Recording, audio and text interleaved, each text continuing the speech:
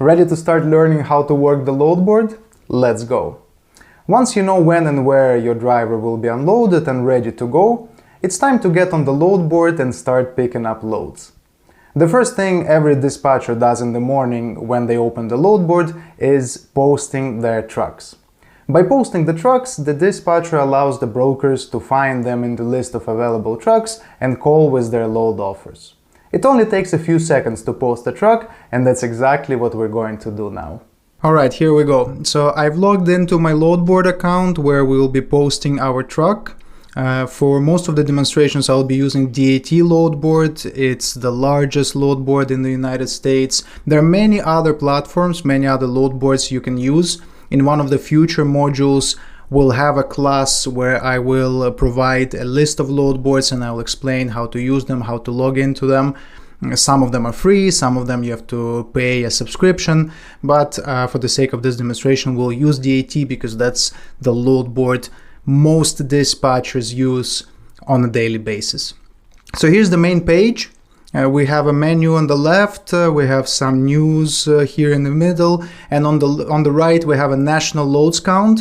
That's actually a great tool that DAT provides to us. So this is an in and out ratio, so we can see how many loads are coming into a state and how many loads are coming out of each state right at this moment. So this little abbreviations here, the names of states like Alabama, Arkansas, Arizona, and we can choose the equipment type. So I have the drive in here standard, but you can look for flatbed, for reefer, and for some of specialized equipment.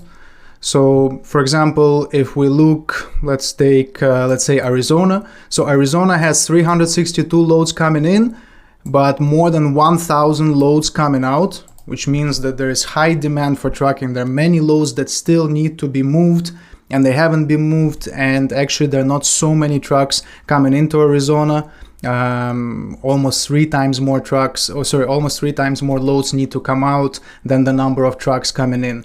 This indicates to us as dispatchers that this is a hot state and we can expect higher rates coming out of that state, coming out of Arizona.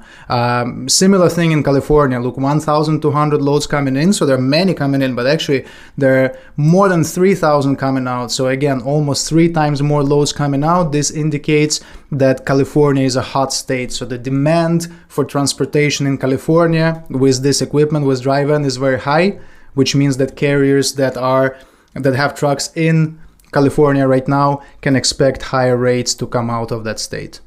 On the contrary, if we look, for example, at Colorado, here the situation is different. 530 loads coming in, 213 loads coming out, which means that there's going to be more trucks than loads in this area, in the state in Colorado, and this indicates the opposite as for Arizona and California, meaning carriers can expect lower rates coming out of that state. So we'll look at more tools and market analysis indicators in future modules, but for now what we're interested in is posting our truck. So here in DAT I can press on my trucks right here. Actually I'm already on it. Oh no, I'm not on it. There you go. So first thing you have to do is add a truck. If I'm already a dispatcher, I'm already working, I will have my trucks already here in the system, but I have to add a truck. We will be adding a truck for one of our drivers, Quinton. If you remember, he's in Jacksonville, Florida, and he has a reefer trailer. So over here, truck details, full or partial. So are we going to be moving full loads or partial loads? It's standard to move full loads. We'll also talk about how to work with partial loads, but most of the transportation in the US is done with full loads. And then for the equipment type, I have to choose my trailer, which is a reefer. So it's right here with abbreviation R. There you go. And then the lengths, we were saying that Quinton has standard equipment, just like most of the trucks and trailers in the US. So the lengths will be 53 feet. And the weight, when they write weight, they mean what is the maximum load weight that we can carry. And I mean, typically it's about 44,000 pounds for a reefer. It all depends on your driver. When you start working with a new carrier, they will tell you what the maximum weight they can carry. Some carriers, for example, don't move more than 42,000. Others don't move more than 40,000. Depends on their preferences and how old their equipment is.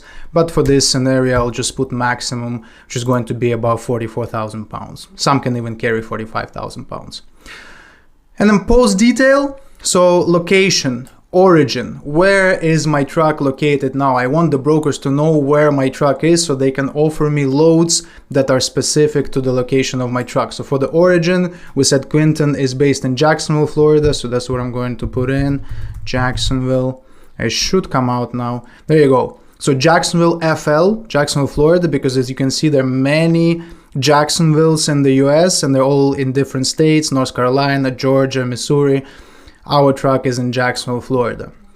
And then for the destination, it says here, leaving destination empty will open you up to go anywhere. So if I leave it empty, brokers will know that my truck is willing to go anywhere. They can just call me or send me an email and throw in their offers, anything coming out of Jacksonville. But we were saying that Quinton would like to stay in Florida or maybe go out to Texas. So he really has two routes. He can either go south in the state of Florida, or he can go west to Texas. We can do this in multiple posts. So we can post this same truck that is going to Florida and then post it again saying that it's going to Texas, or we can actually put them both together. So if I put Florida here and then I put a comma and then I put Texas, you see, I actually took out the comma, but this allows me to put multiple states. So I'm saying I'm willing to stay in Florida. I'm also willing to go to Texas. So I can let brokers know that I'm willing to go both destinations. And then available dates. So it's showing me today's date from the 12th until the 12th. In the US, they put first months, then they put the date, and then they put the year. If, let's say, I didn't mind and I was willing to have my truck start moving today or tomorrow, I can also let brokers know about that. So I can put from the 12th until the 13th. And this means I'm ready to pick up a load today or tomorrow. But in our case, since we're using the example of Quinton needs to come out today. So I'm going to change it back to the 12th. So the brokers know that they should only be offering me loads that are coming out today. And then here there's some new functions that DAT actually provided recently. Set minimum rate. So I can let brokers know what is the minimum rate per mile I'm willing to accept. We don't have any specific parameters.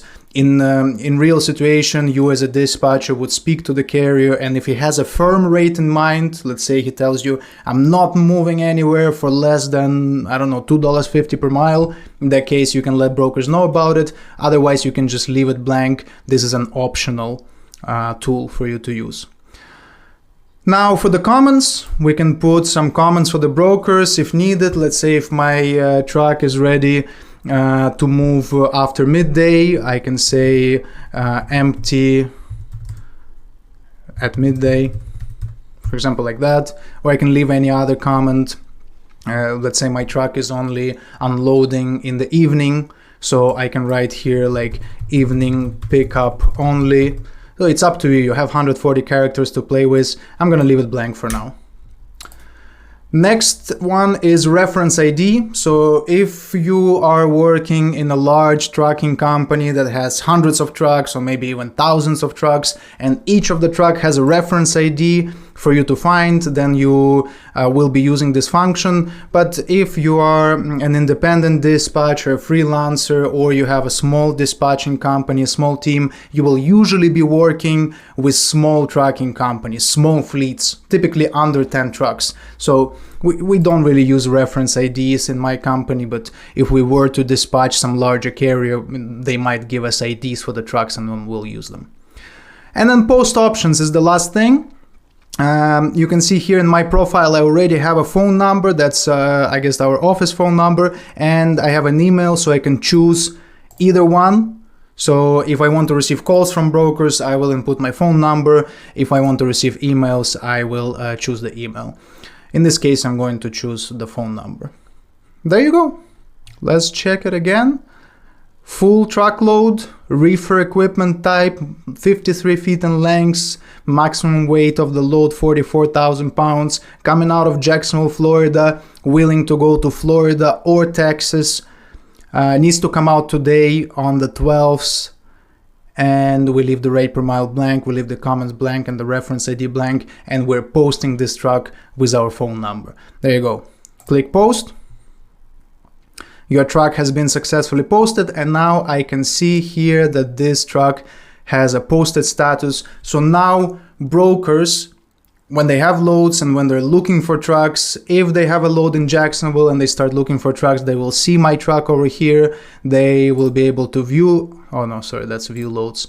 They will be able to click on my truck and, well, there you go. They'll see something like that, and they will see a phone number to call. They will reach out to me and they'll offer their loads. After you post your trucks, brokers may or may not start ringing your phone. It all depends on the area your truck is in. Remember, we're looking at the in and out indicator. If there's a high demand for trucks in the area, meaning the number of available loads is higher than the number of trucks, you'll definitely get calls from brokers. Most of the calls come in the afternoon or when the market is about to close. You'll get more calls if you post a truck without specifying a delivery location. To avoid getting too many calls, especially if you have many trucks, you can also post with your email address instead of a phone number. Posting a truck is a great way not only to get calls with offers, but also a way to analyze the market. By looking at the number of received calls and by talking to brokers, you can understand how desperate they are to sell a load and how much they're willing to raise their price. Generally, when a broker calls you with a load offer, in terms of negotiation, you are in a position of power. The broker offers his freight and sort of asks you how much you're willing to move it for, meaning you name the price. You can give an offer that's higher than your target price and then go down during the negotiation process to a level that suits you. And if you see that your phone is ringing off the hook, set a high price and stick to it. Brokers may not agree to it right away, but they'll definitely call back later when they're really desperate. We actually have a reefer in Jacksonville tomorrow in our company, so I'm gonna leave this post till tomorrow to see if anyone calls on these trucks, so I can record a sample incoming.